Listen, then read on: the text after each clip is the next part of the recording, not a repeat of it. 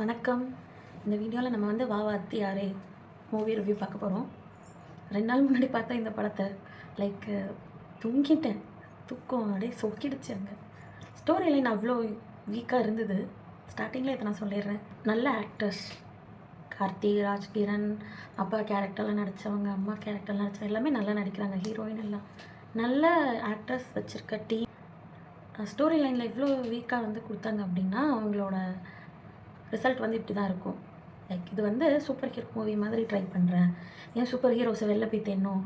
நம்ம தமிழ் படத்தில் நம்ம சின்ன வயசுலேருந்து பார்த்த எம்ஜிஆரே வந்து திருப்பி வந்தால் இப்படி இருக்கும். அவ்வளோதான் மேட்ரு. வாத்தியார் வந்தால் இப்படி இருக்கும்.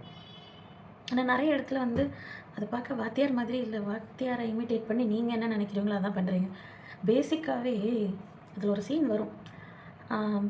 நான் வந்து ஸ்பிரிட் கிடையாது, நான் வந்து சயின்ஸுக்கு அப்பாற்பட்ட ஒரு விஷயம் நான் அப்படின்னு சொல்லிட்டு போவார் வாத்தியார். பட் ஆக்சுவலாக இந்த பையனுக்கு வந்து பைப்போலார் டிஸார்டர், அவ்வளோதான் விஷயம். அவன் சின்ன வயசுலேருந்து அவங்க தாத்தா கூட எம்ஜிஆர் படம் பார்த்து வளர்ந்து அவனுக்கு எம்ஜிஆர்னால் வந்து ஃபஸ்ட்டு பிடிக்க ஆரம்பிச்சிது. எம்ஜிஆரோட கட் அவுட் எல்லாமே வச்சுருப்பான். பட் ஒரு காலகட்டத்தில் வந்து அவனுக்கு ஒரு ஒரு ஒரு சூழ்நிலையில் அவனுக்கு எம்ஜிஆர் வந்து பிடிக்கல. அவ்வளோ நல்லவனாக இருந்து என்ன பண்ணுறது, நமக்கு என்ன யூஸ், நமக்கு என்ன பிரயோஜனம் அப்படின்னு சொல்லிட்டு அவன் வந்து எம்ஜிஆர்லேருந்து நம்பியாராக மாற ஆரம்பித்தான். அதாவது கரெக்டுக்கு ஆப்போசிட் தப்பாக இருக்கணும். அப்போ அவனுக்கு தெரியும் எது கரெக்டு, எது நம்ம தப்பு செய்கிறோன்ட்டு. வளர்கிற வரைக்குமே கரெக்டுக்கு ஆப்போசிட்டாக நம்ம செய்யணும், எது சரியோ அதுக்கு ஆப்போசிட்டாக செய்யணும்னு வளர்ந்து ஒருத்தன் ஒரு கட்டத்தில் அவனுக்கு ஒரு அடி விழுந்த மாதிரி இருக்குது. அதில் அவனுக்கு வந்து தப்பு செய்கிறவங்க மனசுக்குள்ளே அந்த ஒரு அந்த கில்ட் வந்து வெளியில் வந்து கரெக்ட் எதுவோ அதை செய்கிறேன் அப்படின்னு சொல்லி செய்கிறான். இவ்வளோதான் இந்த விஷயம். ஆனால் இதை வந்து ஃபேண்டசைஸ் பண்ணுற வகையில் வந்து எம்ஜிஆர் கொண்டு வரேன், சூப்பர் ஹீரோ மாதிரி வந்து குதிரையில் வைக்கிறேன், குதிரையிலே போயிட்டே வந்து எல்லா ஃபைட் சீனும் பண்ணுறாரு.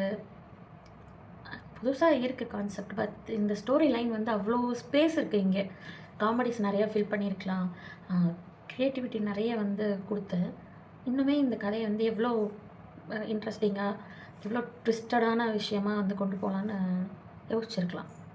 பட் அது எதுவுமே இல்லை. ரொம்ப ராவாக போச்சு. ஒரு சில சீன்ஸு நிறைய வந்து ஏன் இந்த சீன்லாம் இங்கே வருது அப்படின்ற மாதிரி யோசிக்க வைக்கிற மாதிரியே வந்து இருந்தது. அதை தவிர்த்துருக்கலாம், இன்னும் கொஞ்சம் யோசிச்சிருக்கலாம். இந்த படத்தை நீங்களே ஒரு 2-3 தடவை பார்த்துட்டு கரெக்ஷன்ஸ் பண்ணி இந்த படத்தை வந்து ரிலீஸ் பண்ணியிருந்துருக்கலாம். இல்லை ஒரு வேளை எடிட்டிங்கில் வந்து நான் நிறைய சீன்ஸ் கட் பண்ணதுனால எங்களுக்கு அப்படி தெரியுதானோ தெரியல. ஆனால் இந்த படம் பார்க்க அவ்வளோ சுவாரஸ்யமாக, இன்ட்ரெஸ்ட்டாக. ஏன்னா மக்கள் பொங்கல் லீவ்ஸ் வந்து அவள் ஃபேமிலியோட தனியாக எல்லாம் வந்து பார்க்குறவங்க. நாங்களே வந்து ஃபேமிலியே வந்து பார்த்தோம். பட் எங்களுக்கு வந்து அது அவ்வளோ சாட்டிஸ்ஃபைங்காக இல்லை. பார்த்துட்டு ஒரு ஹாப்பியாக போகணுன்ற மாதிரி. ஸோ வாத்தியாரே பொங்கல் வின்னர் கிடையாது. ஆனால் விருப்பம் இருந்தால் ஒன் டைம் வாட்சபிள் தேட்டரில் போய் பார்க்கலாம். நல்ல படம். சில சீன்ஸ் எல்லாம் வந்து தேட்டரில் பார்க்க நல்லா இருந்தது. போய் ஒன் டைம் வாட்சபிள் ஃபேமிலியோட ஒன்றா வெளியில் ஒரு அவுட்டிங் போன மாதிரி போயிட்டு வரலாம். அவ்வளோதான். இந்த ரிவ்யூ உங்களுக்கு பிடிச்சிருந்தா லைக் பண்ணுங்கள், ஷேர் பண்ணுங்கள், கமெண்ட் பண்ணுங்கள்.